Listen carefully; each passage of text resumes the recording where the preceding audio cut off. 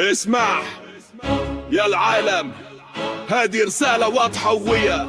المملكة وباكستان اخوان للأبد. أنا باكستان ما في خوف، أنا باكستان ما في خوف. سعودي وباكستان إخوان معروف، أنا باكستان ما في خوف. من الرياض إلى إسلام آباد احنا اخوان دوم باتحاد، حرمين شريفين باكستان تحميل مملكة تعتز والله تدري. محمد بن سلمان قائد فريد، صديق باكستان أخونا أكيد والفيد. مارشال عاصم منير قائدنا الشجاع، أخ عزيز ومين ما نخاف الهند ولا أعداء. باكستان معنا ضد الأواء، في حربهم صامدين الرجال أقوياء، من أجل الحق ثابتين دايم أوفياء. أنا باكستان ما في خوف، أنا باكستان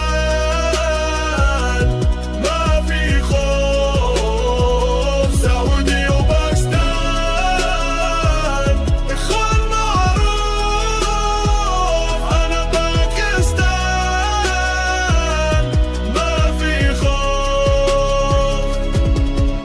علاقتنا عريقة من عهد الجدود، نبني مساجد وندعم الحدود. استثماراتنا قوية، مدارس ومشافي. سعودية وباكستان اخوان متعافي. ايران واسرائيل للسلام نسعى، باكستان الوسيط بحوكمتها ترعى. كل مواطن سعودي يعتز بباكستان، اما وحدة قوية في كل مكان. ارض العرب بدم على الباكستان، ما نفترق ابدا مهما زمان. نحمي المقدسات ونصون الامان، احنا اخوة في الله على طول الزمان. أنا باكستان ما في خوف،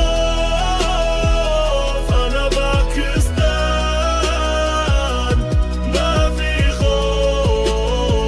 سعودية وباكستان إخوان معروف، أنا باكستان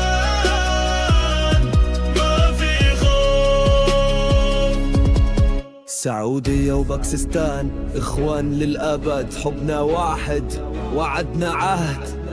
أمة واحدة قلب واحدة روح واحدة، الله معنا دوما في السعادة والشدة.